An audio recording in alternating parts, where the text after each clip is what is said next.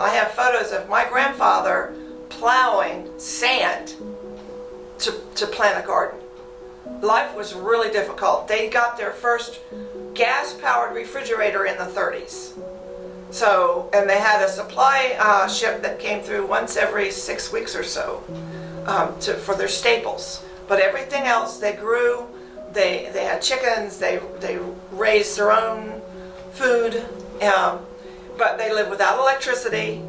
They had a old pump well for water.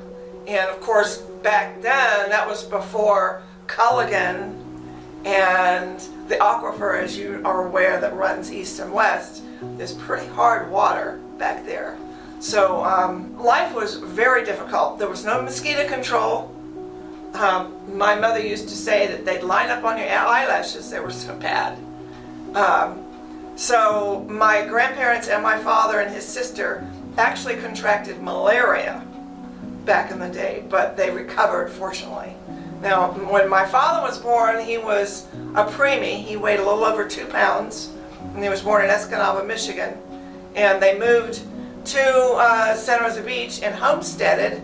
It was about 180 acres they were given, just south of 98 as you go to the intersection of 331 and 98. Just to the left, there's a little road, little dirt road that goes south.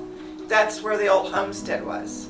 I remember he took me there years ago to collect sprigs of centipede grass to collect. And they had people, whoever, had stolen the entire house except for the concrete steps on the front.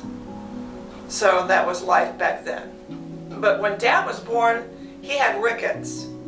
And he had a lot of trouble. He didn't learn to walk until he was, say, 5 or so. It was quite a problem, which is something that's easily cured now.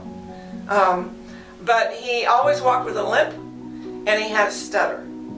And I remember when he was building houses, he would be on the roof in the summer on the beach on pouring hot tar, the tar and pebble roofs that they did a lot of back then, the concrete block, and extremely hot with a limp, working.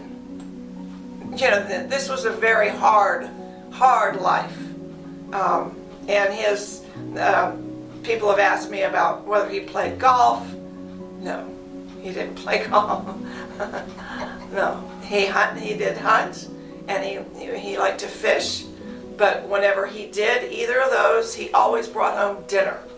He didn't go fishing and not catch anything. He always caught his dinner. So there was no wasted energy.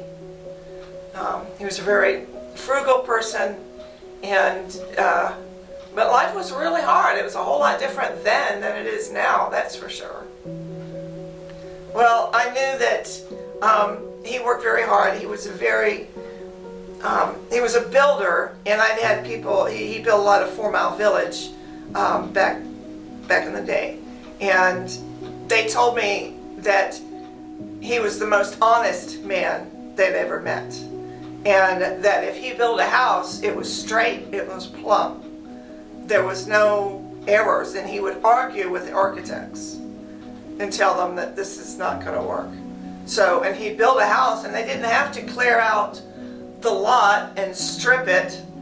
They would just make a little hole in the area, the lot, and then they build their little house, or their house, and then they have this little lane that went up to it, so they were able to leave all the natural vegetation. He built a lot of Grayton Beach, the wood houses, back before I was born.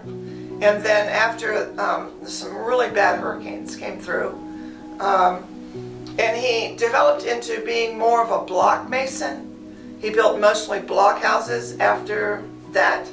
So a lot of the houses he built were block, and his signature was a stacked block. In other words, the blocks were not staggered. That was his signature.